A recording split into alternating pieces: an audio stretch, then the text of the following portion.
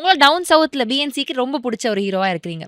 இந்த கிளாசிஃபிகேஷன் எப்படி பார்க்குறீங்க? ஏன்னா, இப்போ ஒரு படம் பண்றோம், ஒரு படம் இயக்குனரா இருக்கிறீங்க, நடிக்கிறீங்க அப்படின்னா, எல்லாருக்கும் தானே எடுக்கிறோம் நம்ம. படம் இவங்களுக்குன்னு எடுக்கலல்ல.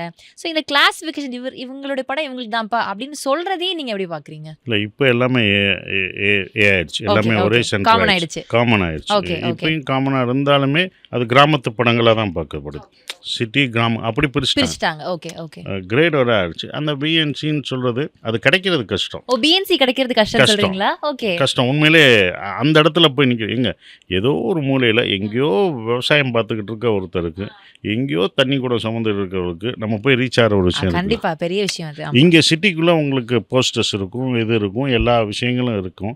ஆனால் கிராமத்துக்குள்ளே போய் நம்ம போகிறது வந்து அவ்வளோ ஈஸி இல்லை.